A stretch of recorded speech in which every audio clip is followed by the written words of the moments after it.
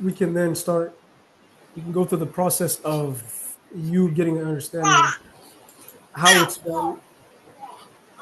So I'm going to show you from beginning all the way to end, essentially how we get JV deals for wholesaling, or how we get individual deals, and then I'll stop momentarily to just answer questions that you have at any moment of time.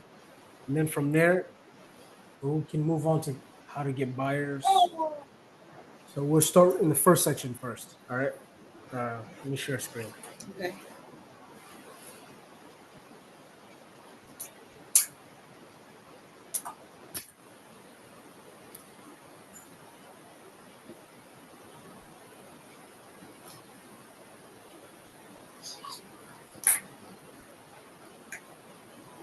Okay. So this is the main document that we use that has the steps how to start from A to Z. Right. Mm-hmm. Essentially, it's step by step. So first thing you do is go to Investor Lift. Investor Lift is not the only source that we use to get either JV deals or individual deals, but most of the JV deals we do pull from Investor Lift because these are already wholesalers that have property online and they're ready to work alongside of us. So not all of my deals have come from this, but most of them have come from this. So first thing that I would do is go straight to Investor Lift, which I have Investor Lift pulled up here. And then you just follow all of this prompt. Second thing that I do is search for the city, the states, the location in which I want to work in and I want to do a deal in. Let's say, for example, if I want to deal in Michigan and I want to deal in Flint, Michigan, I just come in here and then type in Flint, Michigan. It brings me to this location. And then from here, I have a list on the left side, and I have a list on of all the properties that I can actually go for. Somebody drew on the screen? I don't know who drew on the screen, but yeah. Let me see. I think it should be a way for me to remove it. I don't know who drew on the screen. Erase? Is it? Yeah, I can erase it. Yeah, there it is. Anyways, yeah, so I just select any of these properties that I would like to actually move forward with. What I usually do is go through the pictures first and go for a property that could potentially make sense, that has good numbers and then has good pictures. Like for this one, for example, it shows that it's $14,000. Somebody would buy this for $14,000. And then the ARV is a potentially $155,000. Now I'm going to confirm these numbers based off of the market research that I would do. Right. But what I do just real quick is I go through the pictures. This one only has one picture for me to see. So not a lot of details coming from this property. So let's see here. How do I get out of this? Exit close. Okay. And then second thing, I just request to see the address and then I copy the address. All of these steps are labeled in this document here. So the second thing is just request the address. And then once I have the address, I go straight to Zillow and then make sure that this property is not listed on Zillow. If it's listed on markets, then I don't want to use this property. Then I know this is not an off-market deal. It's a deal that is already available to pretty much anyone else that wants to buy it in the MLS. But since this deal shows me that it's off market, it shows that it's not available to everyone. So I'm green. I'm good to go to move forward with this property. All right. So I move on to the next step. And you can tell the last part here says if it's listed, you just have to make sure that it's not listed. If it's listed, don't proceed. If it's not listed, then you proceed. You move forward. All right. And then step number 2 is then making sure that you can evaluate and the deal will make money. And it makes money for you to on a consistent basis. Where how I make sure, how I evaluate the deal is there's two ways. I look at the Zestimate, I look at the Zillow estimate, essentially what Zillow is estimating this property to be at. So this Zillow is estimating this property at $18,000. Currently at $18,000. That's the value of this property based off of Zillow.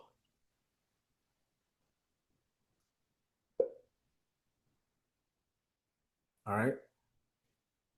So what I typically do, the general rule of thumb for this property is to see the price has to be at least 50% below this estimate. And this ensures like a strong profit margin for the buyer so that you can potentially make money and the buyer can also make money. All right. And then I usually go a separate step to make sure that the property will make money by using my quick calculator here. And the calculator, there's a separate video that shows you how I do this, how this is ran, where I grab the purchase price, which is $14,000. I insert, well, first off, I insert the address, I insert the number of beds, the number of stories, and all the details relative to the property with the lot size, the livable square footage. And then I insert the length of time that the buyer would potentially hold it. All right. And once I input the fee, the assignment fee that I want to pull from this property, the repair taxes or the repair costs, the taxes, the insurance, I'm going to then get a total investment. And then if I'm generally speaking, a lot of these deals, especially for one that's $14,000, I can get a buyer real quick to get it for cash. So I don't need to put in anything for loan to value. So it's not going to be financed through the bank. I want this generally financed or paid for with hard money lending or with the cash, the liquid cash that the buyer will have. All right. And then the next step, I go once I split the JV agreement, I communicate with the wholesaler, which the next step is just getting in contact and getting in a quick conversation with the wholesaler. And then I'll just write him a quick message here, which this person is Bryce, the wholesaler. I'll just contact Bryce. Hey, Bryce.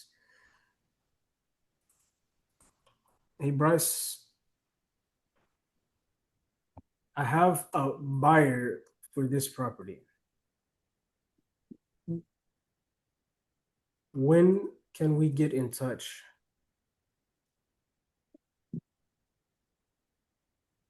And then I generally just leave my phone number, something like reach me at.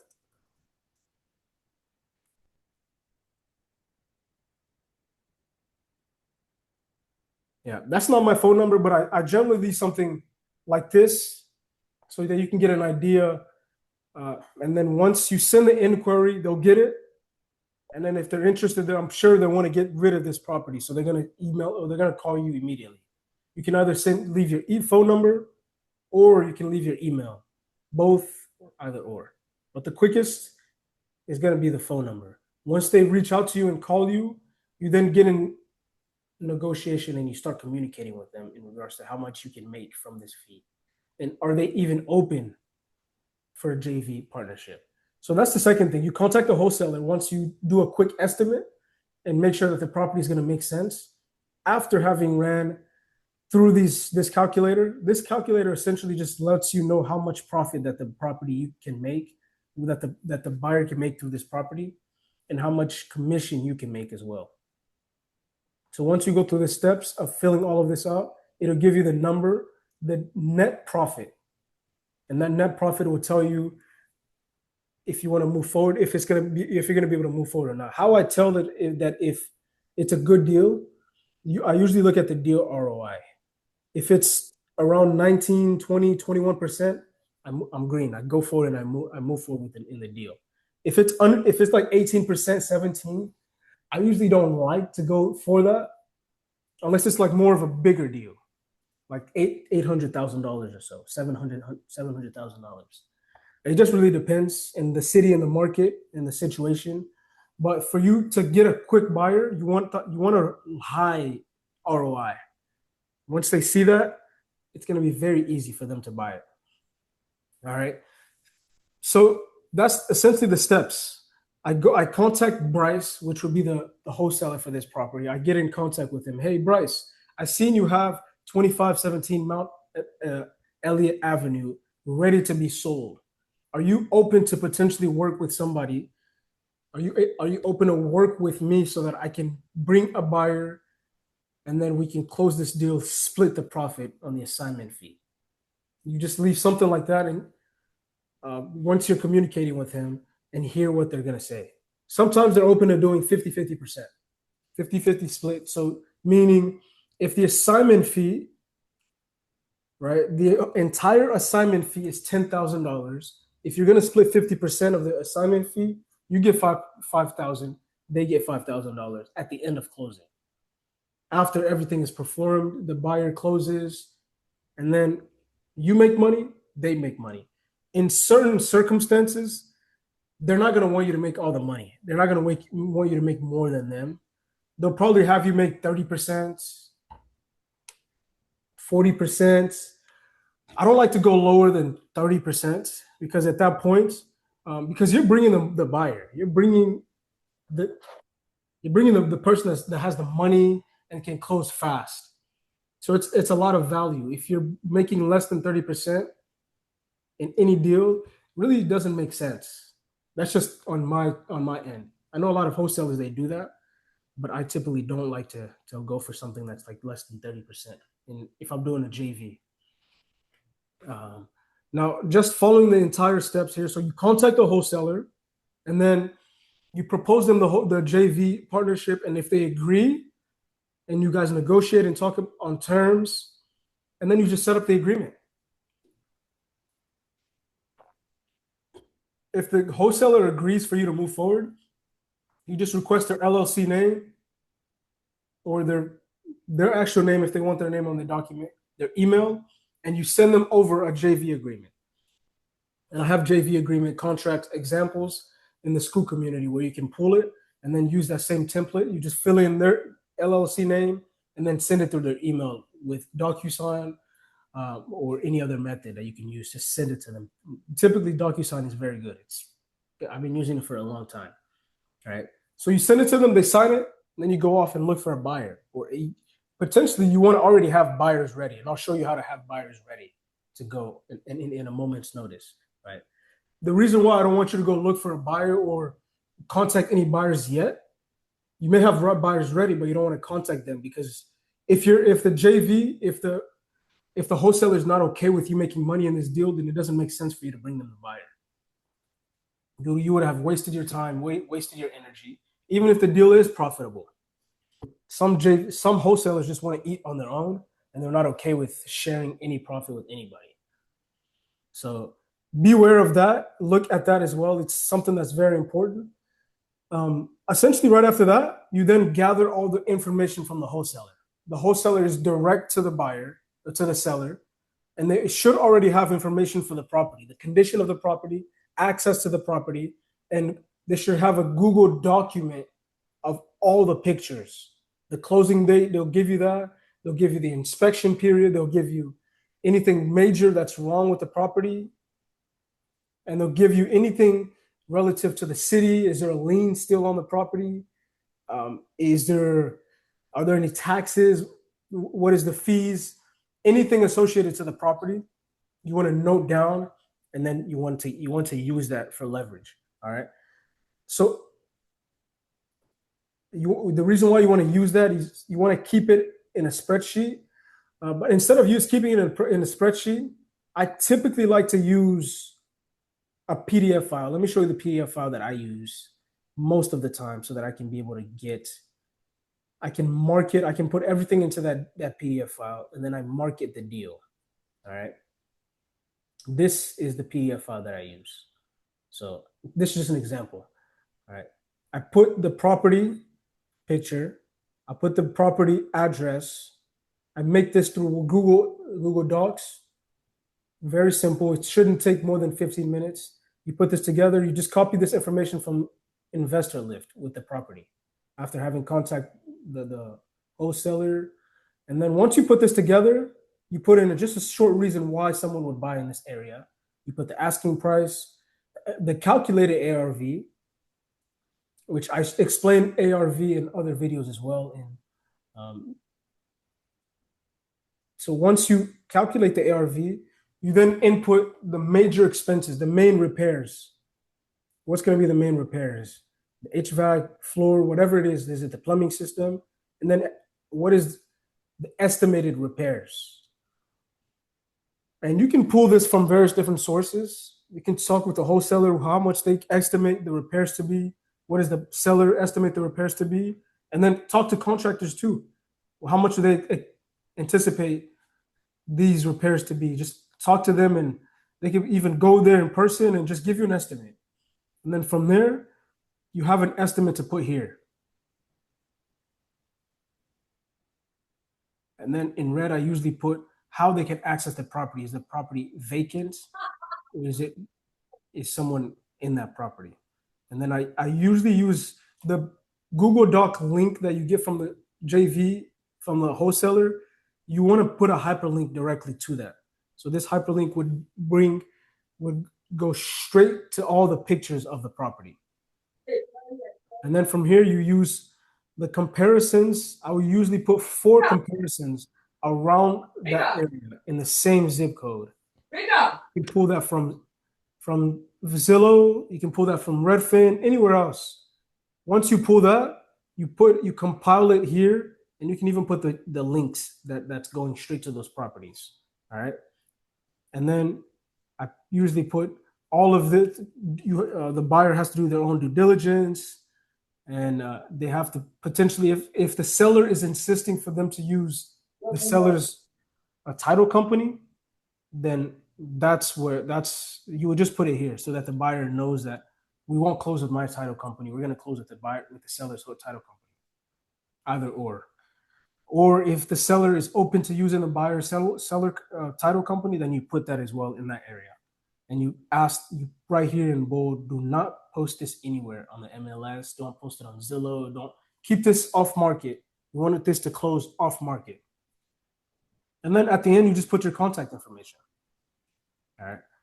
So once I have this PDF ready to go, that's when I can actually start disposition. I can start contacting buyers that I already have predetermined. I have buyers ready in the market, and then I just send them through my email list or my text message list of buyers in that area, or I market it through Facebook. All right. So I always compile a list of buyers, and I keep that list of buyers documented through an Excel document with pretty much every market that I've worked in so far. And these are buyers that I know are sure to close. They have cash, they close fast, they have experience, and they've closed recently. And they're hungry for more properties. So I email them, and then sooner or later, very fast, usually within hours, depending on where it is, what market, I start getting responses. Hey, how much is this? What is the ask? Or is the seller open to seller financing? Questions from the buyers that they would have. How long do they want? How quickly do they want to close this? Sellers ask a lot of questions. They just want to get details of that property. All right. So you market the deal, you send it out, you do just pretty much SMS campaign, do text message campaign, and then you start getting response back. And once you get some leads, some buyers that are actually showing interest, you start responding to the interests, all the way to the point where you assign the deal, the contract to the buyer. You send them an assignment of contract, they sign it, you guys go to the title company, and the title company pretty much takes care of the rest for you. They handle the paperwork, they make sure all the documents are in order, the house has no liens attached to it, and all the conditions are going to be respected. Once the buyer pays the EMD, the earnest money deposit, they've pretty much secured the property. I usually have an EMD deposit, depending on if I'm doing a JV or myself, of possibly about $5,000 just to secure the property. In some cases, it's more, especially if we're under crunch. And I just to be sure, for any buyers that I haven't worked with in the past, I ask them proof of funds, whether it's bank statements, screenshot of their bank, or if they're going to use my hard money lending, I need proof of funds so that I know that they're going to be able to perform when the given time, right? Because I don't want to waste my time. I don't want to waste the seller's time at all. So that's the process in which I go through, so I can acquire um, deals with the wholesaler, lock it up, and then I go straight to the buyer, and then I bring them the deal. We close the deal, and then I get distributed my funds through my account, through my bank account. So you would, at the end of the transaction, near the end of the transaction at closing, you would send your routing number, you would send your bank information, all of that to the title company, and they distribute the funds. They distribute the funds that the buyer pays straight to the seller for them to make the money, and then they redistribute it to you as well for the assignment fee. And then of course, if you did a JV, they redistribute your portion to you, and they distribute the portion of the buyer of the whole other wholesaler to them. And they also get a cut. They get a cut of the commission. But generally speaking, that's how I work for me to be able to get most of these deals. So, any questions with that?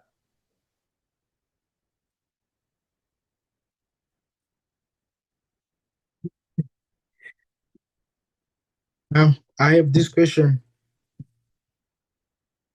Hello. Yes, sir. Go ahead. Um, you say some of the wholesaler they don't like to share about they don't like to share the deals. Right. Yeah. Some of them, How yeah. how do you know if the seller is interested in working with you or he's not? When you call them, Mm-hmm. when you get in touch with them after contacting them here and going through the inquiry, once you give them your contact, they call you. You guys get in communication, and then Mm-hmm. you guys start talking and negotiating. Hey, I can potentially have a buyer. I have some buyers ready to go in this market. Are Mm-hmm. you open to doing a joint venture partnership? It's very simple, Mm-hmm. very straightforward. If they're open to it, then they'll say it. They'll say, yeah, I'm open. Let's do it. If you can bring me a buyer, I don't mind splitting. We'll split 50-50, or we'll split 45, we'll split 40-60. We'll split it Mm-hmm. however you guys agree. Like I was telling you about the split, Yeah. usually I don't go lower than 30, but uh, I I negotiate with them as much as I can so that I can be able to get a good portion as well. I Oh. want them to also win, of course, but it has to be somewhere in the middle, right? And if they're not okay with doing a JV, they'll tell you straight up, "Hey, no, I don't want to do this a JV." Then you move forward. You don't have to. That's why you ask them before you even make a PDF, and before you go through the hard labor of putting that together and then calling buyers, negotiating with them, talking to them, having them do inspection, and then having them come to the property. But the JV, you're not even going to get assigned the fee. The assignment fee is not even, you're not gonna get a portion of it, right? All right. Is there any way or something that you can go directly, like directly to contact the owner or something like that? Yep. There's multiple ways you can do that. You have to pull off market properties. Mm-hmm. This is more of a harder way for you to go through Mm-hmm. because you now have to do the convincing to the seller. You Mm-hmm. now have to deal with the emotions that the seller has attached to that property, Okay. right? Meaning, you may contact someone who's really in a situation where they need to sell that property. They can't keep up with the taxes. They can't keep up with the payments. They're Mm-hmm. going through divorce. They inherited this property. They need to get rid of it, Yeah. but they may not understand that. They probably lived in it for 15 years. They don't want to just let go of it like this because there's maybe a better deal out there. Mm-hmm. They may want to, but they just don't see that it's the right time, for example. Now it's your job to contact them and convince them that this is a really good property, a good opportunity for you to sell your property, to make cash, and to use that cash to go through with another property. So it's possible and it's good. That's how you're able to get a deal on your own, meaning you're the sole wholesaler. You talk and communicate with the seller, negotiate with them, get under contract with them, and you get directly under contract with them. Yeah. Then once you get under contract, you look for a buyer as well. It's more work up front. I would encourage you to do a JV so that you can get J more experience as well. Up JV is front. the good one. No, well, I wouldn't say it's the good one. It just helps you split and see results faster, Oh, right? okay. It helps you split Yeah. the profit, and it minimizes the time that you would spend to be able to contact the buyers or sellers, because you have to convince the seller why they have to sell this property, why they Okay. should sell this property. But Mm-hmm. since if you do a JV, the other wholesaler has pretty much already convinced the seller to sell their property, and now Mm-hmm. they're under contract for a period of time. Until Mm-hmm. that period of time expires, you can assign that contract to someone else. You can get under Oh. contract with the wholesaler and send it off to someone else.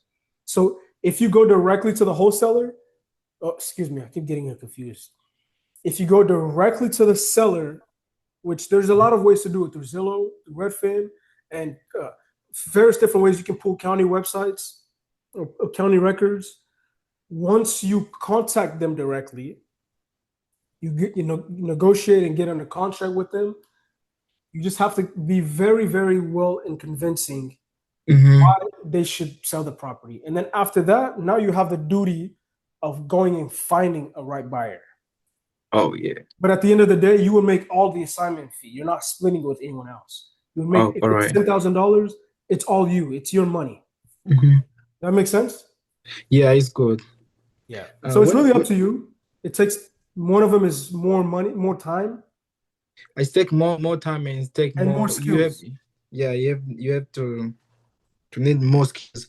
When I was checking yesterday on Zillow, I see some house is listed and another one is sold, another one is on off market. What the meaning of to be like off market? What is that? Off market means, when we look through Zillow here, Mm-hmm. I don't know why it's not weird. So, yeah. So when we look at Zillow Mm-hmm. and we see this property here, Mm-hmm. it's it's not accessible to other people that want to buy a property right now. It's not accessible. Mm-hmm. Right? So that means you can't really go and buy this property just through Zillow, through Redfin, through Trillia, through Realtor.com, and no realtor is connected to this property. So you're not in competition with any big institution, any realtors, any real estate agents. You're not in Oh, any competition with them. all That's why we right. don't. That's why we don't deal with those properties that are already listed. So that's the main Okay. difference. That's why we need to take this off market one. Yeah, that's why we deal with off market properties so that you can actually be the middle person. Okay. Also, I checked on Investor Rift, and when I check it to Investor Rift, I see some property, and then I take the address and I copy the address and I paste it on Zillow. I didn't find the same any address of that address that property. Why I didn't get any? That's a good sign. If you that means it's off market. It's not available. Oh, Just if like you it don't is. find it on this place, it's not on market too. Yeah. If you don't find it on market, it's off market. It's not there. It's not available. And then you can just for you to do comparisons, you can take the zip code and then copy that zip code and then come here on Zillow. Like for example, this zip code. If I wanted to do a comparison of other properties, I can just come back here to the search, and then I type in this zip code. I want to do a quick search of properties that have been sold in this area. I come in, select sold for this.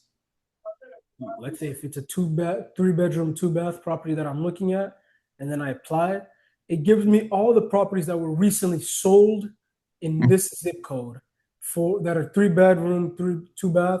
You can even filter it all the way down to what type of houses.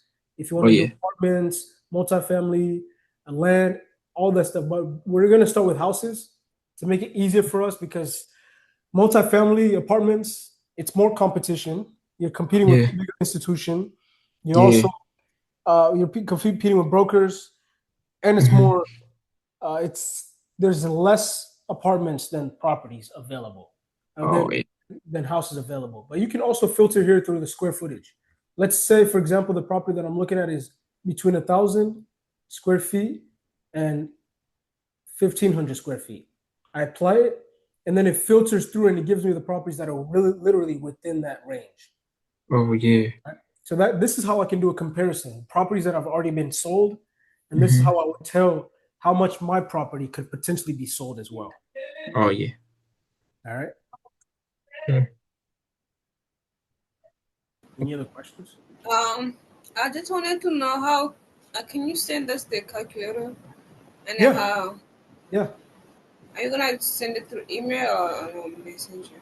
The calculator is in the Skool community, which the Skool community is here. Still working on some other stuff here, but yeah, the calculator is in the Skool community. You can once you join the Skool community, which I'm sure you already have, right? You should have access to the Skool community.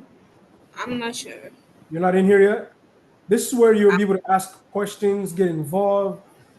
Just you have access to a lot of things for the wholesaling course. I have all the contracts here, like the JV contracts. I I don't have the think I cold call am. Is that scripts. on our from Facebook? No, no, this is not Facebook. This is just a different location where I have I keep all the things together in one place for all the students that I coach and everything else. So you just come in here and then you'll have access to the calculator, the contracts, the scripts, and then if you have questions to ask, just ask in here. The same question you ask, maybe another person has the same question as well. So always good to ask it in here. You just come in the community section and then just write something and ask your question. Give it a small title and then ask your question. And then I'll answer it within 12 hours. Generally speaking, I'll answer it really fast, within 6 hours or so. I have it on my phone. I have it on my. If it's something urgent, I'll give you. I'll set up a time for us to be able to call to talk on the phone immediately. If, say, for Sorry, example, you're closing on a I deal didn't get it. soon, Sorry, it's time sensitive, then I'll help you immediately. sorry. You said the community is where? I didn't get that. My internet was like down. Let me put the link Okay. let me put the link in the description as well as I'll put the link in the in the chat.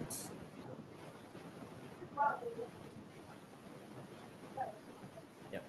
Excuse me a little bit. When you Yep. go in the classroom when you go in the classroom in school, there is some private schools. Right. It's not working, but some of them are open. When you go, you just see it's just one thing, and yeah. Yeah. I don't have everything that I coach in there. Mm-hmm. I, Oh I yeah. don't I don't have access to everything because the community is free. Oh yeah. Community is free for pretty much anyone to join and have access to the basics that I have. Now, if you want Okay. the extended stuff, if you want a Mm-hmm. one-on-one coaching like this, Yeah. if you want, well, I mean, this is essentially group, but I mean, if you Yeah. want coaching for me to be able to walk you through step by step, I Mm-hmm. mean, that's not included in the free community, right? You have to contact me through that, and then Oh. that's part of my coaching program Oh. Okay. for me All to be right. able to walk you step by step Yeah. and how to be able to get and close these deals. Yeah. I just want to ask. I want to ask you if there is like sometime I saw some event, some real estate event where you go, you meet the rich guy, the many people, and then they they they share you some experience, some information. I was asking if you see some, you can invite me to come to if it's possible. Yeah, there's a lot of webinar. Yeah. There's a lot of conferences that I attend. Um, Yeah. I think the good thing about the conference is you have access to a lot of other people that are already doing what you're doing or even more. So Yeah. there you learn, you get connected, Hmm. you network. It's a good atmosphere to be around like-minded people. So yeah, Yeah. I'll definitely invite you, man. There's a lot of things going on around the U.S., around Texas, around just in general, and a lot of them are virtual too. So you can always join virtually. I'll keep you in the loop, man. Thank you. Sure. Is there any book you can recommend me to keep me growing up? Yeah, right now, I think the best book you can read is As a Man Thinketh. Go and read As a Man Thinketh. As men, As a Man Thinketh by James Allen. Probably one of my favorite all-time books. After you James finish Allen. that, James Allen, yeah. As a Man Thinketh, James Allen. And then after you finish that, come back to me. I'll give you more. But right after you Mm. finish that book, I want you to read The Alchemist. Which one? The Alchemist. And then after you finish those Oh two yeah, books, yeah, I know that. Yeah, I know that one. Alchemist. Okay, you've Yeah, I already read finished that that one. one. Okay, Yeah. finish As a Man Thinketh, and then I'll give you, and then I want you to read Think and Grow Rich. Think Think and Grow Rich. and Grow Rich. Yeah, yeah. Very good books. It'll open up your mind. And then I'll keep giving you more, but I don't want to give you all the list of books right Oh now. yeah, yeah. Because these two, Think and Grow Rich and The Alchemist, I read all this. Yeah. Okay. All right. Sure, Thank you. man. For sure. All right.